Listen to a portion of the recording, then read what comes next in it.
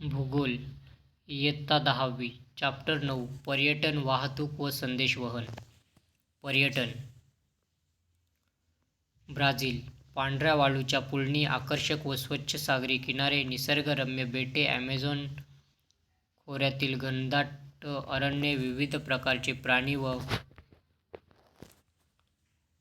पक्षी तसेच विविध उद्याने यांमुळे आंतरराष्ट्रीय पर्यटक ब्राझीलकडे आकर्षित होतात. ब्राझिलिया हे राजधानीचे नवीन शहरसुद्धा पर्यटकांचे आकर्षण आहे. तसेच रिओ दी जेनेरिओ आणि साओ पावलो यांसारखी शहरे मोठ्या संख्येने पर्यटकांना आकर्षित करतात. देशातील अनेक भागात पर्यटन हा महत्त्वाचा आर्थिक व्यवसाय आहे. ब्राझीलमध्ये पर्यावरणस्नेही पर्यटनाचा विकास होत आहे. आकृती 9.1 मध्ये दाखवल्यानुसार 2015 साली भारतामध्ये भेट देणाऱ्या आंतरराष्ट्रीय पर्यटकांची संख्या ब्राझीलच्या तुलनेत जास्त आहे. तसे असले तरीही पर्यटन क्षेत्राचा एकूण राष्ट्रीय उत्पन्नातील वाटा हा ब्राझीलपेक्षा कमी आहे. हे प्रामुख्याने त्या देशांची लोकसंख्या व एकूण राष्ट्रीय उत्पन्न यांच्या मूल्यावर अवलंबून आहे. त्यानुसार भारताचे राष्ट्रीय उत्पन्न व लोकसंख्या ब्राझीलच्या तुलनेत खूपच जास्त आहे. त्यामुळे भारताचा एकूण राष्ट्रीय उत्पन्नातील पर्यटन क्षेत्राचा वाटा ब्राझीलपेक्षा कमी दिसतो व या क्षेत्रातील लोकसंख्येचे प्रमाण जास्त दिसते. भारत. आकृती 9.1 मधील आलेखावरून लक्षात येते की भारतातील आंतरराष्ट्रीय पर्यटकांची संख्या सतत वाढत आहे.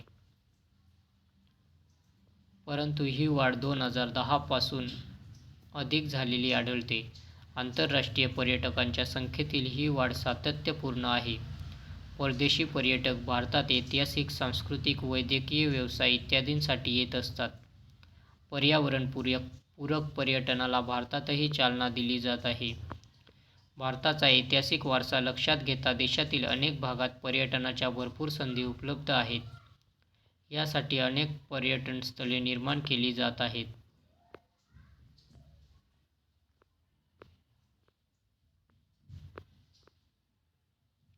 ब्राझीलमधील वाहतूक.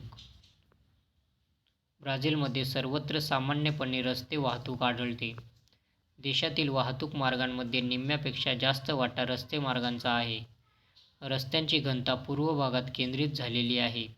पश्चिमेकडील ॲमेझॉन नदी खोऱ्यातील वनाच्छादित प्रदेश व दलदलयुक्त जमीन यांमुळे रस्ते मार्गांचा विकास मर्यादित झाला आहे. ॲमेझॉन नदीतून व्यापारी तत्त्वावर जलवाहतूक केली जाते. या नदीच्या मुखापासून ते पेरू देशातील इक्विटॉस या ठिकाणापर्यंत ही वाहतूक होते. जगातील अंतर्गत जलवाहतुकीचा सर्वात लांब पल्ला सुमारे 3700 किमी या मार्गाने गाठता येतो. पॅराना ही दक्षिण वाहिनी नदी जलवाहतुकीसाठी उपयुक्त आहे. ब्राझीलच्या किनारी भागातही जलवाहतूक होते. ब्राझीलमध्ये लोहमार्गाचा जास्त विकास झालेला नाही. रेल्वे वाहतूक स्वस्त असली तरी तिचा उपयोग मोजक्याच शहरांपुरता मर्यादित आहे. हवाई वाहतुकीचे योगदानही मर्यादित आहे. भारतातील वाहतूक.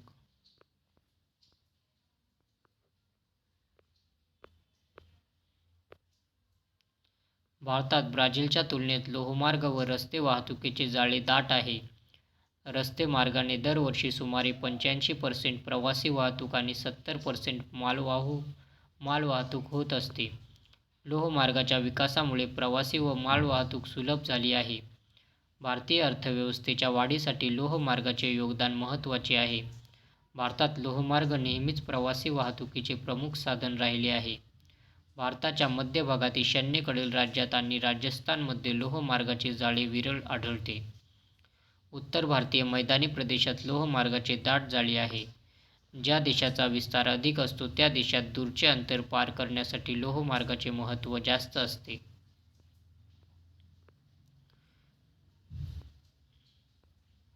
जलमार्ग हे वाहतुकीचे स्वस्त साधन आहे. देशाच्या एकूण वाहतूक मार्गात अंतर्गत जलमार्गाचा वाटा फक्त 1% आहे. यामध्ये नद्या, कालवे, खाड्या आणि जलसाठे इत्यादींचा समावेश होतो. आंतरराष्ट्रीय व्यापाऱ्यांपैकी सुमारे 95% व्यापार सागरी मार्गाने होतो. आंतरराष्ट्रीय व्यापाराशिवाय देशाचा मुख्य भूभाग आणि बेटांदरम्यान वाहतुकीसाठी जलमार्गांचा उपयोग होतो. ब्राझीलच्या तुलनेत भारतातील आंतरराष्ट्रीय हवाई वाहतूक जास्त विकसित झाली आहे. देशातील तसेच अंतर्गत हवाई मार्गांचा वापरही वाढत आहे. ब्राझीलमधील संदेशवहन.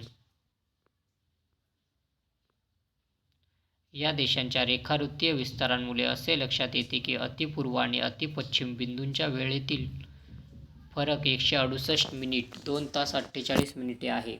त्यामुळे ब्राझीलमध्ये एकूण 4 प्रमाणवेळा मानल्या जातात. देशात वेगवेगळे काळ विभाग आहेत. या प्रमाणवेळा ग्रीनिच वेळेच्या अनुक्रमे 2, 3, 4 आणि 5 तासांनी मागे आहेत.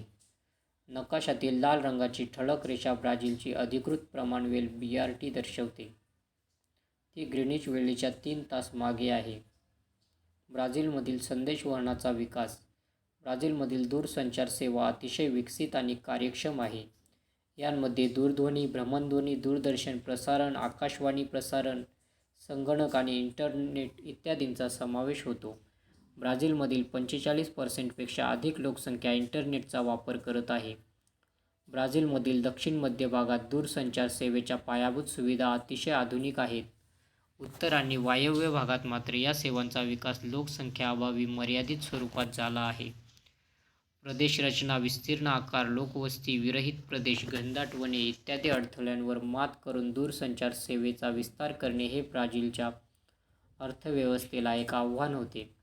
अलीकडील काही वर्षांत ब्राझीलची दूरध्वनी, माहिती तंत्रज्ञान व इंटरनेटचा वापर वाढला असून दूरसंचार सेवेचा विस्तार मोठ्या प्रमाणावर होऊ लागला आहे.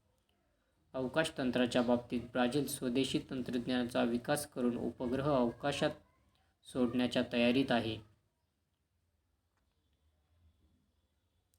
भारतातील संदेशवहन. भारताचा रेखावृत्तीय विस्तार जास्त आहे.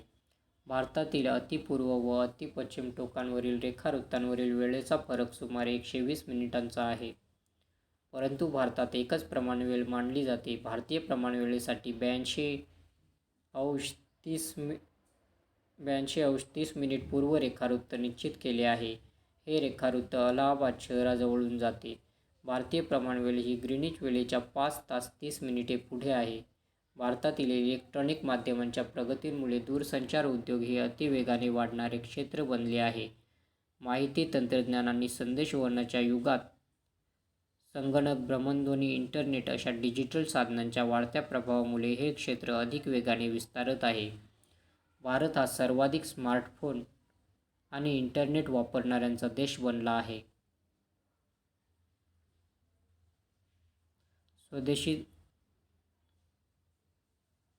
स्वदेशी तंत्रज्ञानाच्या आधारे तयार केलेले उपग्रह व उपग्रह प्रक्षेपण तंत्र यांच्या वापरामुळे या क्षेत्रात भारताचा भविष्यकाल उज्ज्वल झाला आहे. माहीत आहे का तुम्हाला इस्रो, भारतीय अवकाश संशोधन संस्था? भारतातील अवकाश संशोधनासंबंधीचे उपक्रम या संस्थेमार्फत राबवले जातात. आजपर्यंत इस्रोने उपग्रह प्रक्षेपणात अनेक विक्रम प्रस्थापित केले आहेत. ब्राझीलमध्ये ब्राझिलियन अवकाश एजन्सीच्या देखरेखीखाली देशाच्या अवकाश संशोधनाचा कार्यक्रम राबवला जातो. आधुनिक आणि विकसित तंत्रज्ञानाची जोड देऊन ब्राझीलमधील अवकाश संशोधन कार्यक्रमाचे धोरण आखले जात आहे. प्रारंभी ब्राझील हा देश अवकाश संशोधनासाठी संयुक्त संस्थाने या देशावर अधिक अवलंबून होता. परंतु अलीकडे चीन, भारत, रशिया आणि युक्रेन या देशांचे सहकार्य घेत आहे.